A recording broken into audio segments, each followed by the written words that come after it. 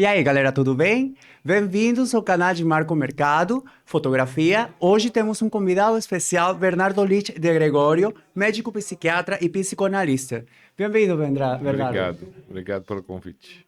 Bom, hoje o tema é muito importante. A gente vai falar sobre a distorção da percepção da autoimagem. E como primeira pergunta temos, em que consiste a distorção da autoimagem? Talvez a gente tenha que começar falando do que é autoimagem, né? Exatamente. No cérebro da gente, a gente forma uma imagem do próprio corpo, assim como da sua personalidade, né? Isso é autoimagem. E uma coisa está diretamente relacionada à outra, porque essa autoimagem, por incrível que pareça, ela é pouco objetiva e bastante mais emocional, né? Então, ela é determinada por uma questão emocional e também uma questão neurológica, né? Você tem um ponto no cérebro que você tem cada local corresponde a um determinado local do corpo. Então, por exemplo, tem a questão de autopercepção, propriocepção, que se fala, que é assim, por exemplo, se você imaginar que você tem uma coisinha no olho, um cisco no olho, ou uma coisinha no dente, parece que é um elefante muito grande e incomoda muito. Já se você tem, às vezes, uma pedra bem grande no rim e você nem percebe.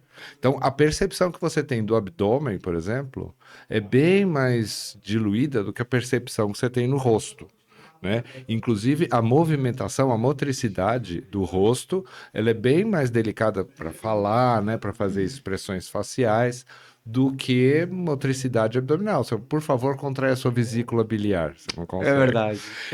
Tem que ver com movimentos voluntários e involuntários, né? Sim, exatamente. Então, essa consciência, que tem a ver com os movimentos Consciência corporal, voluntários, né? consciência corporal, a partir daí você faz a sua autoimagem. E isso, também, como eu estava falando, é muito relacionado com a questão emocional. Então, por exemplo, teve um pesquisador que fez assim: ele fez um espelho móvel. Então, é um espelho que podia ficar ou plano, ou mais côncavo, ou mais convexo, e deu um controle remoto para as pessoas, para o grupo de pessoas que ele estava pesquisando, e falou: olha, coloque o espelho na posição em que você seja o mais próximo da realidade. Nossa. Ninguém conseguiu deixar o espelho plano. Se a pessoa era um pouco mais gordinha, ela tendia a colocar no espelho muito mais gorda do que ela era de fato. Se era um cara mais magrinho, fraquinho, ele se punha muito mais. Nossa, que interessante, né? Eu achava que queria ser o contrário. Ah, eu Não. me vejo gordinho, eu vou fazer de outro jeito. Ah, eu sou magro. Seria se você tivesse uma consciência disso, eu quero corrigir a minha imagem. Mas ali é uma questão de autoimagem. Assim, eu acho que eu sou mais gordinho e aumentava mais do que realmente Eu era. estou pensando agora, por exemplo, quando eu tenho um cliente, eu às vezes peço o Instagram dele. Por quê? Porque pelas fotos, que é um tipo de espelho, você pode ver mais ou menos qual que é a parte que ele gosta mais. Mas, então, às vezes, tipo, tá uma foto de cima, porque o mais bonito, o que mais ele gosta é o rosto. Uhum. Ou tirar de embaixo, porque gosta mais, tipo, aparecer com um corpo maior. Mas acho que tem que ter uma noção de fotografia, porque tem ângulos que você parece mais É alto. muito interessante a questão da fotografia, por exemplo, quando você está fotografando alguém, aí você fez a foto e mostra para a pessoa a foto. E isso é fundamental para a questão de autoimagem, porque a pessoa está pensando, eu estou saindo ruim, eu estou saindo feio, e olha e fala, nossa, estou saindo melhor do que eu imaginava. Isso é um feedback importante. Que é algo importante na fotografia. Eu falo muito, e já falei em outros vídeos, que você consiga ver a evolução da autovaloração da pessoa e a autoestima desde o começo até o final do ensaio. Normalmente, uno começa tímido, tem uns minutos que o cliente fica um pouco retraído, e eu sempre mostro como estão saindo as fotografias. Por quê? Porque ele começa a se olhar de outro jeito quando vê as fotos. Nossa, que eu tô lindo, nossa! E vai quebrando esses tabus com Exato. o que ele chega no ensaio. Isso, e você tinha perguntado então sobre alterações da autoimagem. Aí a gente chega nelas lá, né? Então você tem uma autoimagem que é de alguma forma distorcida, que está de alguma forma longe da realidade objetiva. Isso é distorção então de autoimagem. Isso pode acontecer várias causas diferentes, desde uma questão neurológica, a pessoa teve um AVC ou tem uma doença tipo esclerose múltipla que destrói certas regiões do cérebro que são responsáveis pela autoimagem. Aí a pessoa pode perder a percepção de da propriocepção, né, da sua autoimagem. Pode ser uma alteração psiquiátrica, por exemplo, na esquizofrenia, às vezes acontece da pessoa ter uma desorganização grave da autoimagem. Nossa. Por exemplo, teve uma vez uma paciente que era esquizofrênica, tinha esquizofrenia grave, e ela não tinha noção de que os braços dela faziam parte do corpo dela. Ela entendia os dois braços como seres separados, que inclusive ela chamava o braço direito de pitulo e o braço esquerdo de Gente, tinha pituli. nome. Tinha, porque não era Porque ela. era fora do Era ser como um dela. cachorro, um gato, algo assim. Nossa. Então, por exemplo, para pegar o copo, assim, pichulo, pega o copo. Aí pegava o copo, entendeu? Então ela tinha que. E isso é uma distorção grave de autoimagem. Não, interessante porque quando eu penso da esquizofrenia, acho que eu sou a pessoa que fica um pouco, como se chama? Que fica alterada pelo entorno, tipo, ai, todo mundo tá me olhando, Isso todo é mundo... paranoia. É, Esquizofrenia paranoide é um tipo. é um tipo. Essa pessoa que eu estou falando, essa paciente, tinha um outro tipo de esquizofrenia que é mais grave, que chama hebefrenia, que começa até já no final da infância, na adolescência já começa, e acaba tendo uma distorção bem maior, né? No caso, então, a distorção de autoimagem, né? Então, a ponto de não reconhecer os braços como fazendo parte do corpo. Mas eu acho que você está se referindo a alterações mais leves de de autoimagem. Então, assim, o que é muito comum é isso que eu estou falando. A pessoa se imaginar mais gorda do que realmente está, ou se imaginar mais magra do que realmente é, né? Ou mais baixa do que realmente é. E a tendência, ao contrário do que você tinha pensado, é que a pessoa piore a situação e não tente equilibrar. Né? A menos que existe pessoas que estão muito autoconfiantes, né? Estão lá horríveis e tortas, mas não, tô ótimo, mas não é assim tão comum e não chega a ser uma distorção.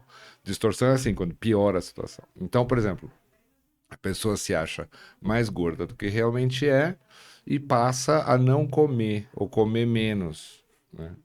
Que é uma Anorexia. anorexia nervosa.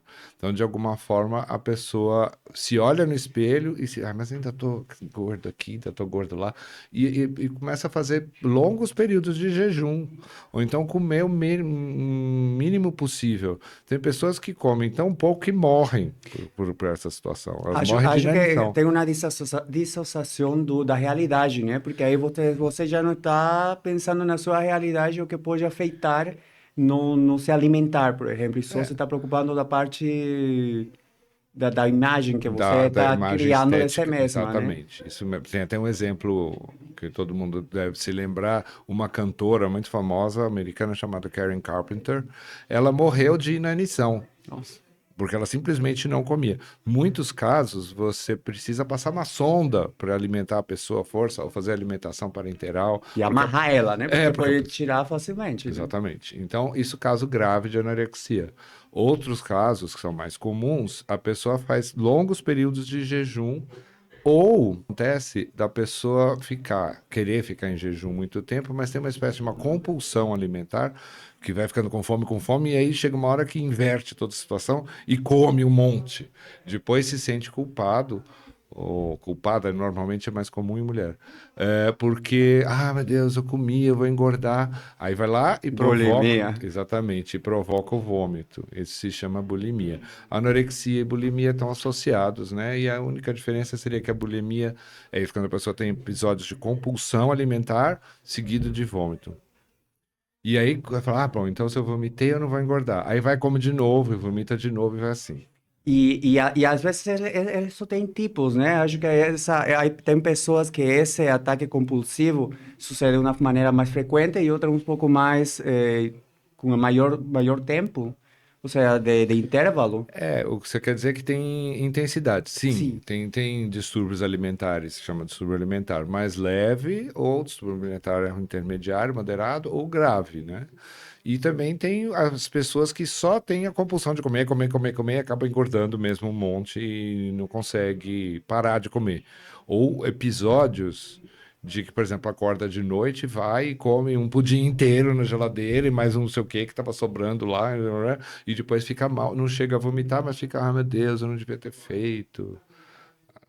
É. É bastante complicado. E aí, quem vai por essa parte de compulsão alimentar, sem a bulimia, efetivamente engorda, e vai chegar a uma obesidade mórbida, vai criar diabetes, hipercolesterolemia, dislipidemia, aí começa a dar problemas físicos do outro lado, né? Se de um lado morre de anorexia, do outro lado você começa a criar uma obesidade mórbida, por exemplo.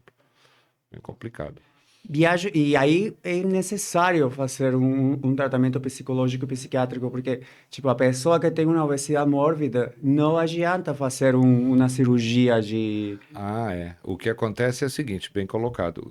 Quando a pessoa faz uma cirurgia bariátrica, por exemplo, tem uma obesidade mórbida, tá bom, aí está indicado a cirurgia bariátrica, eles vão tirar fazer um bypass do estômago, né? Tirar o estômago do circuito. Então a pessoa não vai ter mais como comer muito, tem que comer bem pouquinho. Só que ela continua com um processo compulsivo. E o que é muito comum de acontecer é transferir essa compulsão para outra coisa.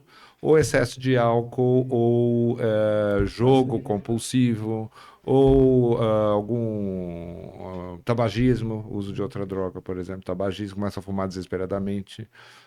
Então, transfere a, a compulsão da área alimentar para outros tipos de compulsão. Então, quer dizer, não adianta só fazer a bariátrica. Aliás, dificilmente se faz só a bariátrica. Sempre é orientado para que tenha uma avaliação psiquiátrica, Trabalho psicológica. multidisciplinário, né? Sim, exatamente.